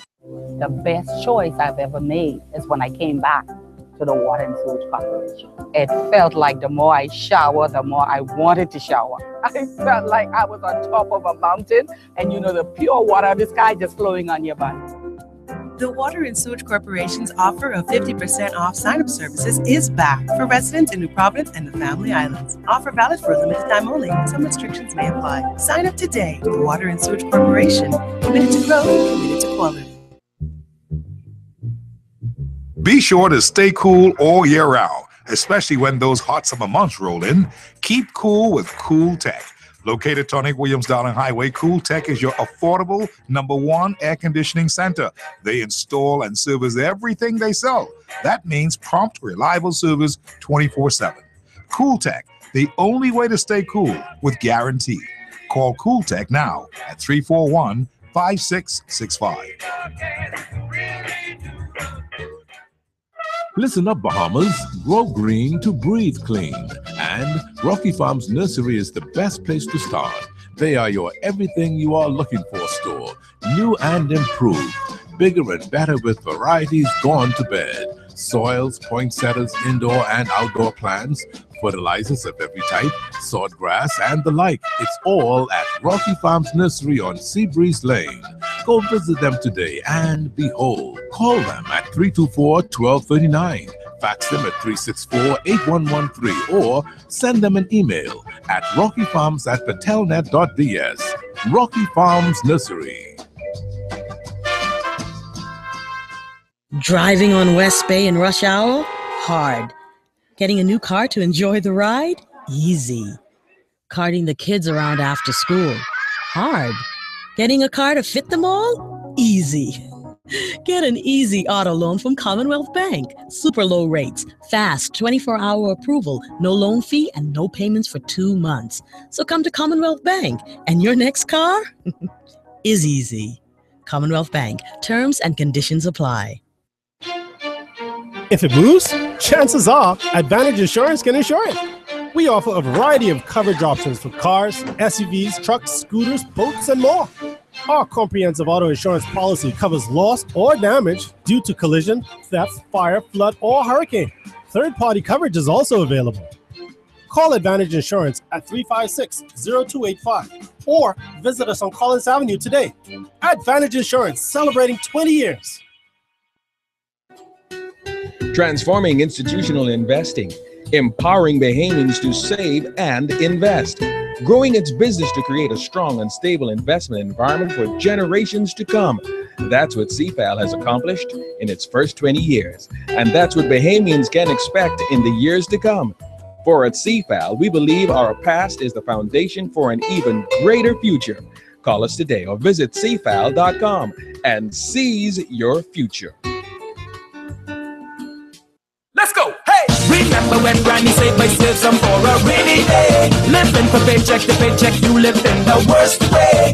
Plan your future goals with B.O.B. Your future is bright, bright, bright. And you can buy that car, save regularly. Your future's bright. And you can buy that house, save regularly. Your future's bright. I see you in your business, yeah. Here's what you need to do. So a little leap a lot higher interest from B.O.B. Go save. B.O.B. your bank of solutions. Executive Printers. We're professionals. At Executive Printers, we do not participate in trash talk. We concern ourselves with the accuracy and security of your laser check.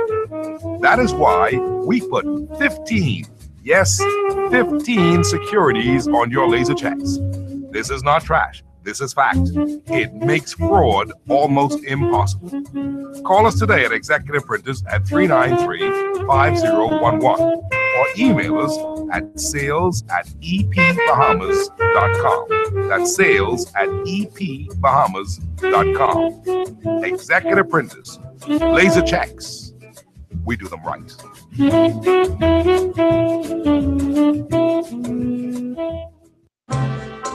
What are your travel plans this summer? The Ministry of Tourism invites you to visit one of our many unique family islands and explore the Bahamas like never before. Eleuthera, Exuma, San Salvador, and many more offer exciting vacation packages with affordable airfare, room rates, and exciting things to do. Andros, Bimini, Cat Island are to be considered too. This summer, do something different. Do something bold. Do something uniquely Bahamian. Travel to the family islands and rediscover the Bahamas. For more information, visit myoutisland.com.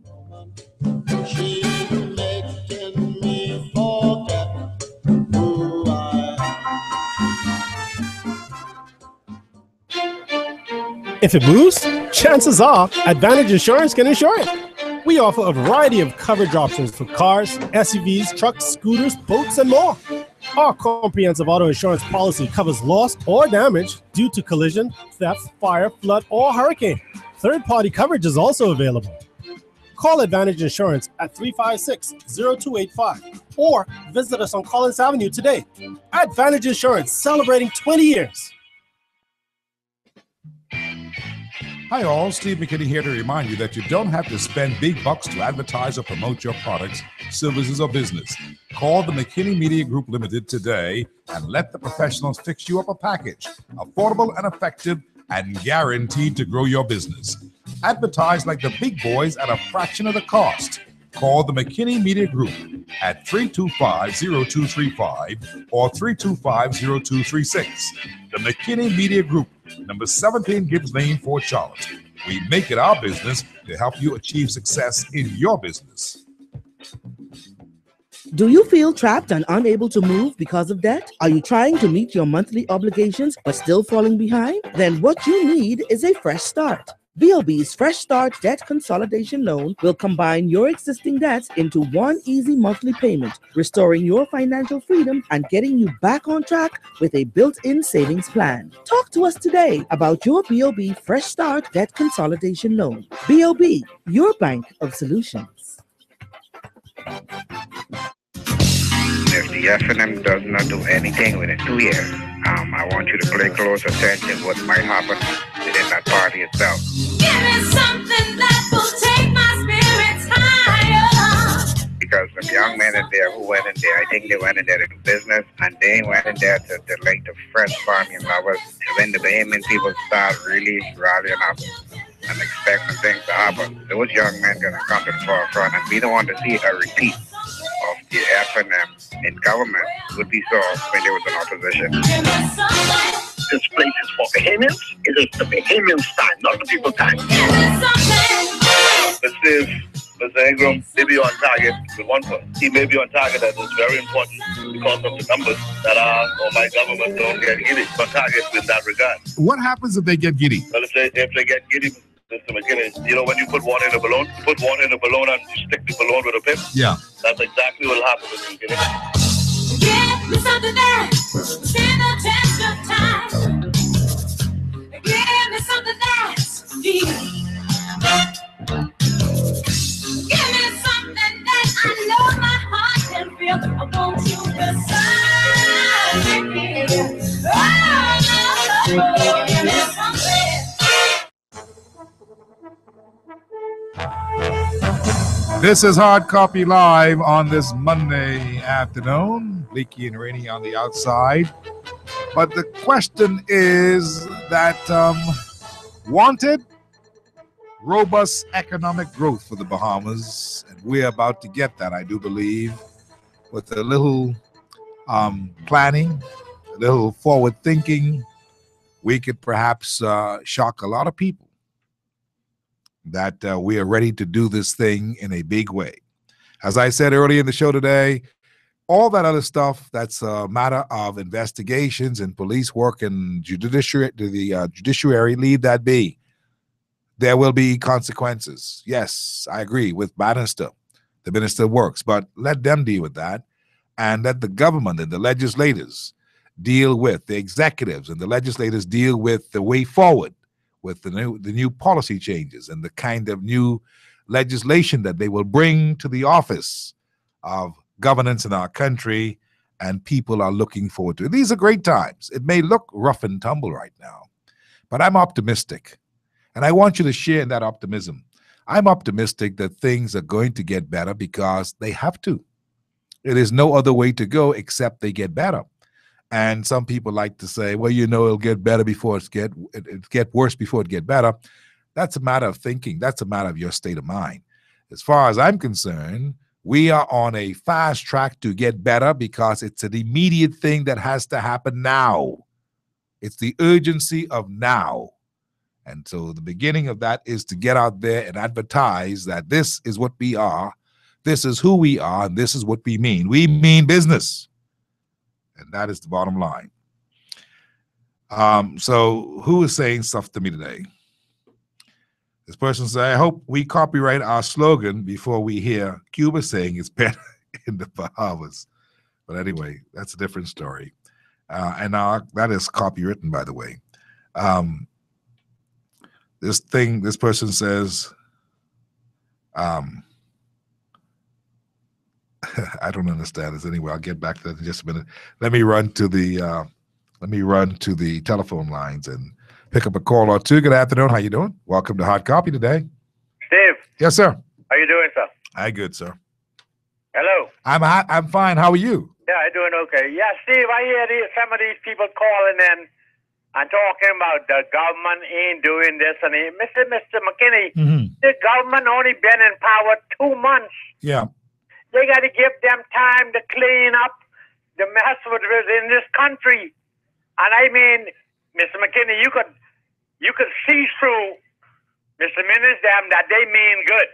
And you just give them time to get all this racket with the PLP left behind, get all that in order, and the thing what they're doing with the tourism, I agree with that. You don't need all of that. You know, again, there's a lot of things they got to get rid of and get this country back in swing. Yes, sir. You know, it could take time. Now, don't let anybody fool you. It ain't gonna do it in a couple of months. So just give the government time. Don't put them down. You know, go along with them and guide them along and help them out. Okay. Thank you, buddy. I appreciate it. All right. All the best. I think we've been doing that, eh? I don't think that anybody's put them down today. The whole point is that people will be people, and there are expectations that people have, and you've got to appreciate all of that. Just like we appreciate the gentleman just now who called and says, give them a chance and all that. They've got all the chances in the world as far as I'm concerned, and we support where they're trying to go, if they're trying to go in that direction of recovering this country from all that mess that them other fellas put there. And they did put this country in a mess. Don't fool yourselves. They were not looking out for the best interests of this country. If they were, we would not have been in the dire straits that we're in now. Hard copy, how you doing? Hi, Steve. How are you today? Very good, thanks. How are you? Wonderful. Not so good, but anyhow, make it okay. Steve, this country is in a crisis. Yes. Okay? And also, it's like we're in a state of cancer right now. You know, we'd like to play it down and stuff like that, but people out here have common sense. The first thing I would say is, thank God for Menace, who had the guts to stand up when Bahamian was just throwing darts and daggers in him. Because he has brought us from going back into slavery.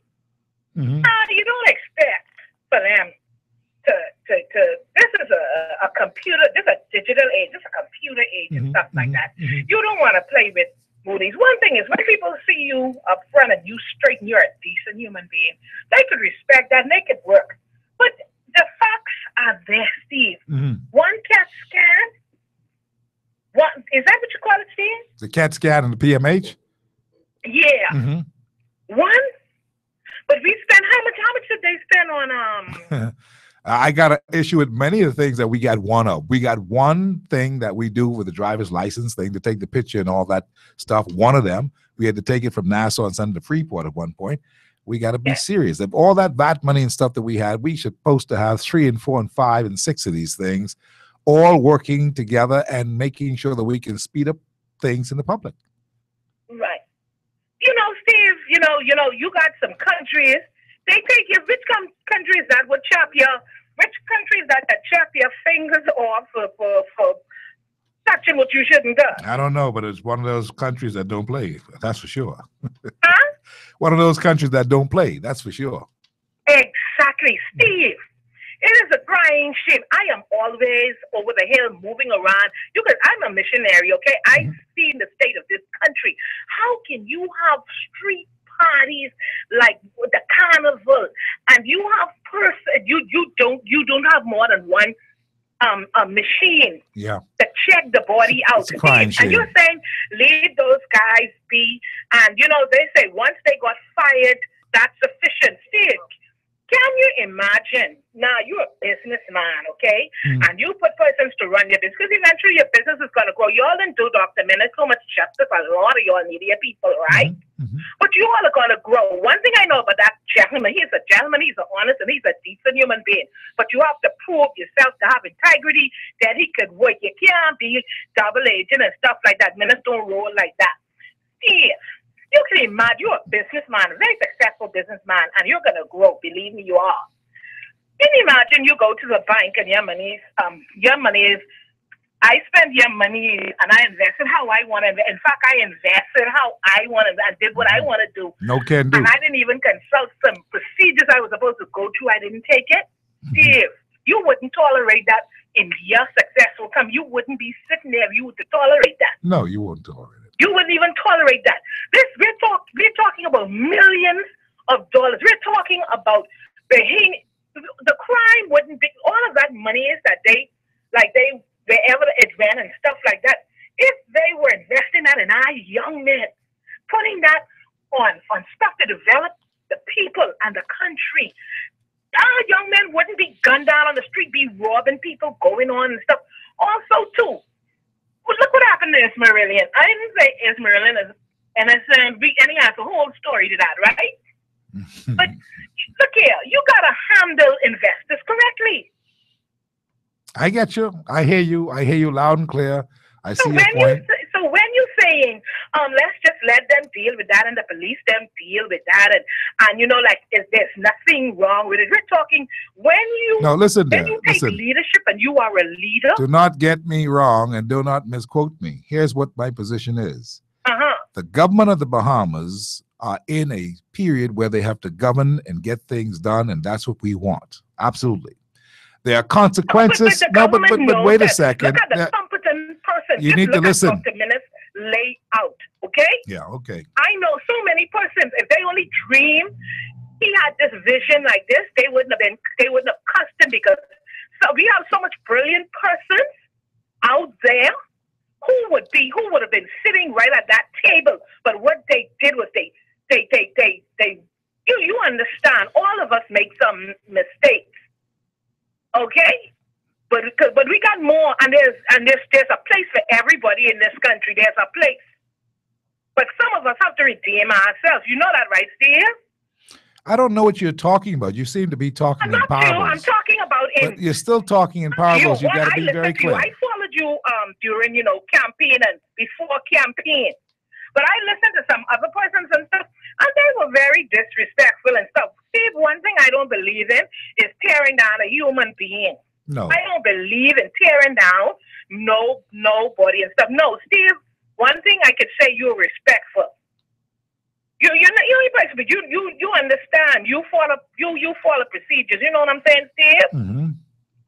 Well, I plan to. That's just the way it is. I appreciate what you're saying. I hear what you're saying, and I believe that it's not gone missing on the Bahamian public. What you're trying to express today, and we appreciate it because it's important. It's important that we hear from all sides, and it's important that we be fair and balanced. And I think that's what I try to do every day, be fair and balanced about things. Now, as I started to say, I want to make sure that we are on the same page. My position on this whole matter about we should leave some fellas alone, this is my language. Leave those fellas, them who have done all that malfeasance and stuff, leave that for the other people to deal with. The government of the Bahamas must govern. You follow? When I say leave that alone, it's left for them, the investigators, the police, the law enforcement agents, the judiciary. They're the ones who must deal with that because the government of the Bahamas has already articulated everything possible that they can say to show that these guys need investigation, the past administration. They have went to the great lengths to express the kind of missing monies or missing sums or mismanagement that they've placed on the table. So the Auditor General, the investigators of the police, the Attorney General's office, they are now the people who must independently deal with those matters. That's what I meant when I said that. I'm not saying let them go. I'm saying the consequences, I said, I agree with Desmond Bannister. Those people who must pay the consequences of their actions, that is in order. But that is not for Desmond Bannister and Minnis and his government to be caught up with. You've already expressed that. Let that be with those and let the chips fall where they may. But as for the government, as for keeping things pristine and making sure that we can progress where we're going, with all the troubles that we have here, with this bad economy and the rest of it, we've got much work to do, and that's where I'm prepared to put all my all in there to help us as a government, as a country, move in that direction to make sure that we can grow this country. Because what has happened in the past has happened. We can't reverse what has happened. All we can do is penalize them for what has happened. And that's what obviously is going to happen. So it's not a matter of saying let them go. No, that's you're misunderstanding that. And I thought I made that very, very clear because I think that I can communicate very, very clearly. And that's what I was saying at that particular point. Now, there are other matters that we need to deal with. And This person has texted me and said, and it makes a very, very good point. Steve, he says, governments don't create wealth in an economy. People do. Free the Bahamian economy, he suggests. Remove exchange control, he suggests.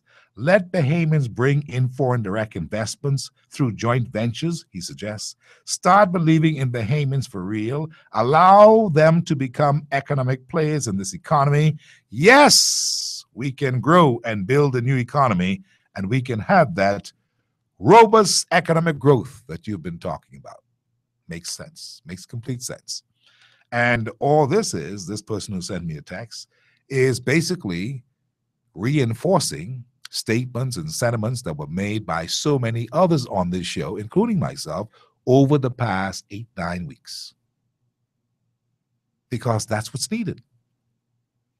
And on that score, there was a PLP by the name of Chester Cooper, who won his seat in Exuma and Ragged Island, who also took exception to a number of things that happened when the Moody's shot across the bow happened to our country about a week or so ago, just before independence, on that Thursday of the independence celebrations. And he had said and started out his press release by making a statement about the Moody's downgrade review. And he says, as Fed, the Minnis administration has triggered a review of our sovereign credit rating from a major international agency due to the rhetoric of the budget debate. That was his view. But he also had some suggestions that he made at the time, which is a rehash of suggestions that were made on this show in particular and on the Last Word show by the panelists over and over and over again about the same caveats of moves for good governance going forward in reassuring and shoring up this country's economy. Paul Moss, Davin Russell, and many others were there saying a number of things that could be done, and they were all great ideas. At the time, there were many who misunderstood it, like the gentleman who called a short time ago and said, give them a chance. Nobody is not saying not give them a chance. In fact, that's old news that he was talking about. What is happening now is that people are saying these are some things that we should really investigate and see how we can incorporate into our governance of the new direction of our country. And so Chester Cooper followed in with all the things that Paul and these other people had been saying weeks and weeks ago. He comes back and he says that the Free National Movement must, no matter how late in the game it is, he says, and I'm quoting him directly, he says they must also develop an economic recovery strategy that will encompass drawing in more foreign direct investment,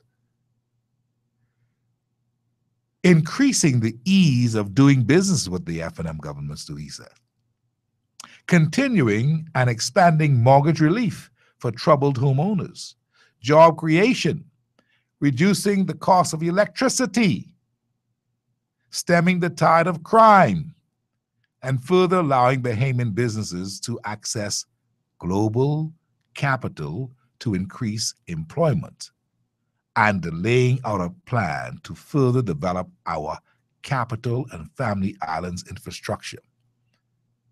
This is what he suggested. These are all good points, but these are points that were suggested time and time again by individuals right on this show. And they're not bad ideas, especially this part that talks about having Bahamians access global capital to increase employment and create new jobs. In other words, this whole look at exchange control, we have to do that. We have to look at it. We've got to look at it, scrutinize it, and see if this is something that we can do. But I was told by my brother Paul Moss and those last evening on the show that it doesn't look as if anybody wants to take a real hard, sober look at this decrease and reorganization of this exchange control, because there's some people here who don't want others to get into the swing of doing good business and growing this economy, because that supposedly is reserved for them, those who have monies. So how are we going to grow? See the point? So we keep talking about these points all the time because it's our position. It's our viewpoint that these are some things that need to happen. You want to see magic happen in this town? You want to see magic happen in the second city? You want to see things happen and come alive? Let Menace begin that process of looking and causing for a focus to happen on that exchange control, where Bahamians can have those multiple accounts internationally and can have the kind of capital to grow things in this Bahamas. You won't believe this country. Overnight, that will happen. But maybe others don't want to see that happen. These are the things that we ought to be concerning ourselves with, my friends. We ought not to concern ourselves about the small things, because the law will take its course. Minister told us recently, we are a country of laws. We believe in the laws of this country, and the laws will take its course. He was talking that from the position of Bahama when was asked the question is, if what they're going to do. And he says, we are not going to interfere with Bahama. We're a country of laws. That holds true in everything all around this country. So what are we going to do? Everybody says we need to see growth in this country. We need to see fair governance in this country. We need to see stabilization of this economy. And Darvin Russell, who appeared on the show last evening, talked about stabilizing the Bahamian economy. And very last soundbite. You're talking about many places, Steve. You're talking about the UAE, you're talking about other parts of Asia, Malaysia, the Philippines. All of these places have a lot of wealthy people looking to put their money somewhere stable. Now, global money markets are returning 1% and 2%, Steve. 1% and 2%. And you've got folks in the UAE and in Qatar that are sitting on billions of dollars that they can't even find places to invest it in for greater than 3% rate of return. So the Bahamas, all of us are paying mortgages on average, a minimum of probably 6-7%, some higher, maybe some slightly lower, right? When you think about them being able to double their investment almost overnight, if you essentially bought the pool of mortgages. Now that does a couple of things. If they go and you relax this and you go and attract this kind of investment, all of a sudden Commonwealth Bank, Bank of Nova Scotia, Royal Bank of Canada, First Caribbean, right? All of those mortgages get paid off. Boom, gone. They're flush with cash now again. But now they have to do what we want them to do because ain't nobody going to them for no easy mortgage. They got to now start lending business loans, which is what we need them to do for them to increase their rate of return. They now have to do more sophisticated lending that they haven't had to rely on historically in order to make the obscene levels of profits that they make from this country, right? So until you get to the point where the powers that be understand the mechanism and are willing to assist us as citizens to level this playing field, I'm afraid that we're going to be going through this for the next 5 years again. Darvin Russell, my economist, I call him, talking with me about the possibilities of wonderful returns if we focus on some of the things that we should be focused on in growing the economy. And that's what we're looking for, a robust economic growth of our economy. Don't you want that? Don't you want to still be able to spend your dollar par with the United States dollar? Don't you want to make sure that your dollar's worth as much as it is worth right now, that you can buy the things that you need? Well, the rate that we're going, there's some things that we have to be very nervous about. Standard & Poor's have already done their part, and Moody's want to do some more, and we can't allow for them to inflict that kind of damage upon us. So we've got to talk our way out of this and show action on what we are going to do as we move forward. And that's why when it comes to the growth of our country, even though we want this growth, Paul Moss has told me that there's pressure for growth, and there's a reason behind that.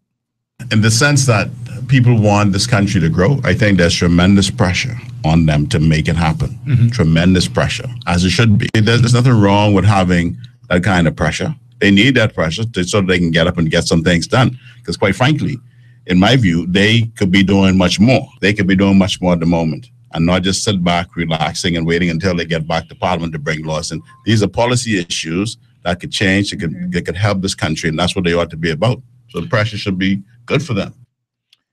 Yeah, pressure bursts pipes sometime. And of course, pressure could also uproot things like corruption. Pressure could uproot corruption and stuff like that, because corruption is not good for any country.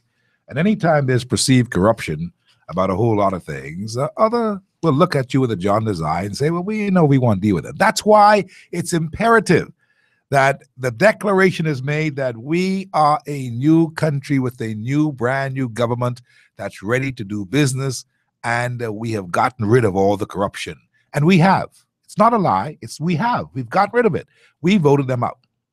I do not believe that Dr. Minnis, that the government feel any pressure from the Bahamian people who are crying out, who are tired of the corruption and saying anybody found corrupt should be jailed or the law should take its course. I do not get the impression that they're feeling any pressure in any way. And the reason I say that, from Jump Street, when Dr. Minnis first came out of the gate, he said he will deal with corruption. It got so bad with him and this corruption that some people was of the view that if he keeps on this corruption, he may not win because corruption is so endemic in the Bahamas. But he stuck to it. He had his agenda. So I don't think he's being pressured. I don't think they feel any pressure, and the law will take its course if corruption is found. The Bahamian people are just tired of people going into office, going in with house in foreclosure, and coming out with $10 million. It has got to stop.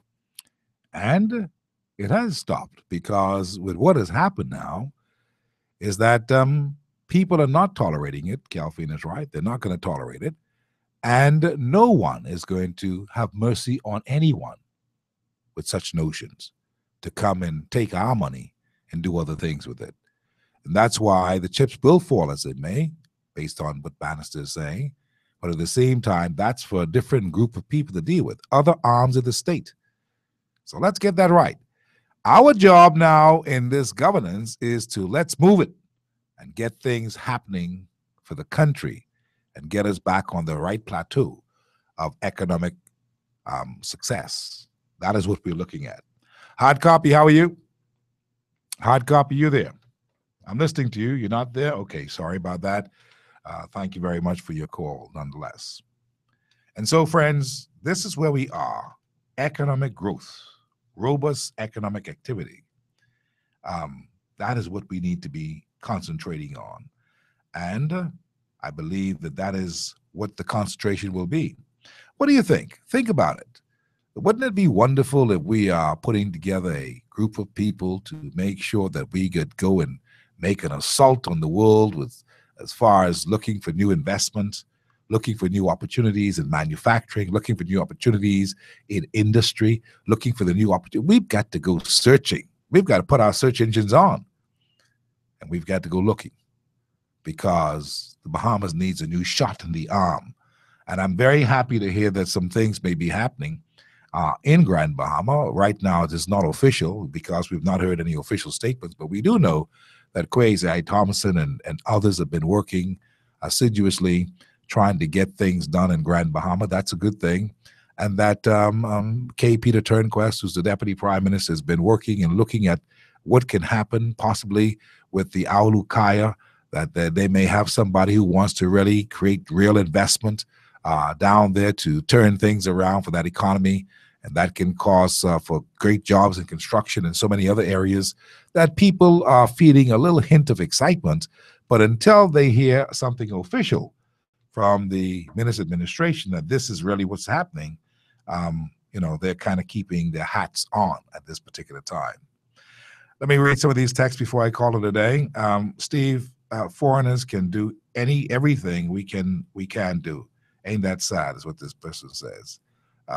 I don't know what that means. I know that there's a place for things to happen in our country, and I'm not ever even suggesting that Bahamians aren't able or qualified. I'm talking about the money side of it. I'm talking about some monies that we need to inject into this economy. And that is the immediate, the best, fastest way that can happen. Of course, simultaneously, we must be doing things to empower our people too. That's not lost on me, and I'm all for it because I'm a nationalist and I believe in it with all my soul. But we're talking about quick growth because we've got some things to settle and some things to satisfy the rating agencies who can make it bad for you if they talking fool that we a junk bond status. That ain't good. So we've got to understand it in context. Steve, you know why many of us anxious? This person says, we're scared of some of the old gods that ministers bring back. We feel that they are there to maintain the status quo. Maybe you ought to do a show on that. This person says, Steve, you know why many of us anxious? He says, we scared of some of the old gods that ministers bring back. We feel that they are there to maintain the status quo. Well, I'm not going to comment on that except to say that we hear you. They hear you. Should you be anxious and afraid? I think not. Because ministers would have assembled a good team as far as putting together a group that can govern. Remember now, there are some people with experience that are needed in the governance of the country. And so he's brought people like Dion Folks in labor, who has been a good labor man, Carl Bethel in the Attorney General's office, who is very, very well fitted for that particular job, and Brent Simonet, one of them, who in fact is in the financial services sector, trade and industry, and so forth. These people can help. You know, that is an important thing too. You've got to also want to make sure the government can work and work effectively. And I think that was the whole idea of it, to bring some of these people into the play to make some things happen. They've all been people who you will know from their reputation that they did serve well. Desmond Bannister, who was the Minister of Works, who in fact was in the Ingram administration. These are people who ministers obviously have some trust in and believe that they will serve well. And so I think he has a good team, and maybe this new team will grow on you. At first, I had my own apprehensions too about some of the members of the team, but then again, every man as prime minister is entitled to pick his cabinet, and that's the cabinet he picked, and so far, so good. This person says, it's better in the Bahamas. Was a lie. We want to stop lying. We said that, but we never made it so. Why we were or are getting the class of visitors we get. When we say something, we should always make sure it is up to the standard when it is compared. Others are comparing. We need to get better. That's what this person has opined here, this text sender. All I can say is that in all true sense of the word, it is better in the Bahamas. It is better in the Bahamas. And that's a big statement. It's a broad statement. It's a wide statement. But you know why it's better in the Bahamas? Because Bahamians are in the Bahamas. And so it's better. And you can extrapolate all kinds of things from that. Here's a place that's a paradise. Everybody knows that this is where they come. They want something to happen. This is where they look. This is where they want to be, in the Bahamas. It's better here. And so you may have your views about it, and you may say it's a lie. It's not a lie. It's better in the Bahamas. This person says, Steve, I'm waiting on the Prime Minister to have a press meeting with Bahama owners openly and tell them that they are all with them for the opening of the hotel. Now let's get working, man. That's what this person says. So many people have high expectations of many things. And then again, what do you have as your personal expectation of the Minister administration? What do you have? That's a question. That's a rhetorical question. It's for you to think about. What's your expectation? Do you want to see success or do you want to see failure? I can only tell you that I would wish to see success. Yes, they've got a long way to go. Yes, there are many things that they have to get done and fixed. Yes, there's some things that they must not get bogged down with. You can't expect your government to be politicking straight through. The government must govern. The political party can play the politics. The party politics can play. That ain't no problem. But let's know that that's separate and apart from the government. Governments govern. Political parties, they play the politics. Which side are you on? Are you on the side of the government, that's for all people, or are you on the side of a partisan party, political party, that's supposed to be bogged down in trashing and that kind of stuff? You got to separate it. Ask Ingram. Ingram learned that quick. He had to tell the FNM at one point, now listen, the government is the government, and the party's the party. You do the party stuff, we do the government stuff. Maybe that needs to be said again, because there are some people who are getting it all crossed up, believing that the government should be out there with more rhetoric, talking about what should happen. No. The government must leave that to the state, the officers of the state, police, law enforcement people, judiciary, and them. Let them deal with that. The accusations have already been made, the investigations have begun, and those things will be given due process. But as for Menace and his government, we salute them to the point where let's move and govern this country so that we can make sure that we don't suffer the consequences of any downgrades as a result of what the PLP them did. Because that's where the problem was. The same Menace them problem. Menace them inherited this. Menace them problem now has to be to how they're going to resolve this, to move us to a different ground. And you want to support that and see how best we can get it done. Let me take this final call. Oh, sorry for that. I thought that you were ready for me.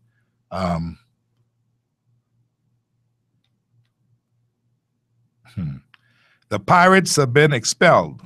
Commerce has been restored, says this text sender. And maybe we really want to believe that. And that would be a good thing, wouldn't it? Wouldn't it? But my friends, today, all we were saying is wanted a robust economy, a robust growth of our economy. There's nothing wrong with wanting that. Now, we must make every initiative to go and get it, to make it happen. That's what we must do. Make it happen. And I believe right there I want to say, Stephen, let's go home.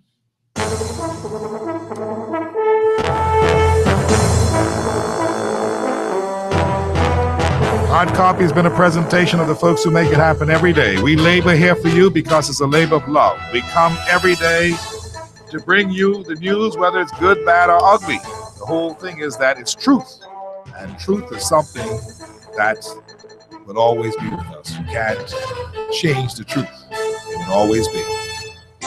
So, our show has been brought to you by Seafowl, Bank of the Bahamas, The Show Bistro, Mount Tabor's Inspiration, Super Value, Rocky Farms Nursery, Water and Sewage Corporation, Ministry of Tourism, Echo Water, Commonwealth Bank, Cool Tech, Bahamian Fury and Beverages, Superwash, Advantage Insurance and Brokers, Ron's Electric Motors, Executive Printers, the McKinney Media Group Limited, Advertisement, Public Relations, and Consultation.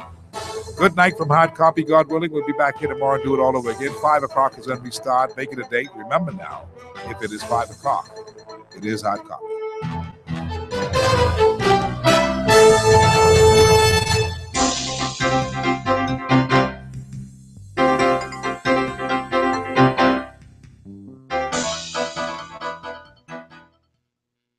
This is Peace Radio After Dark.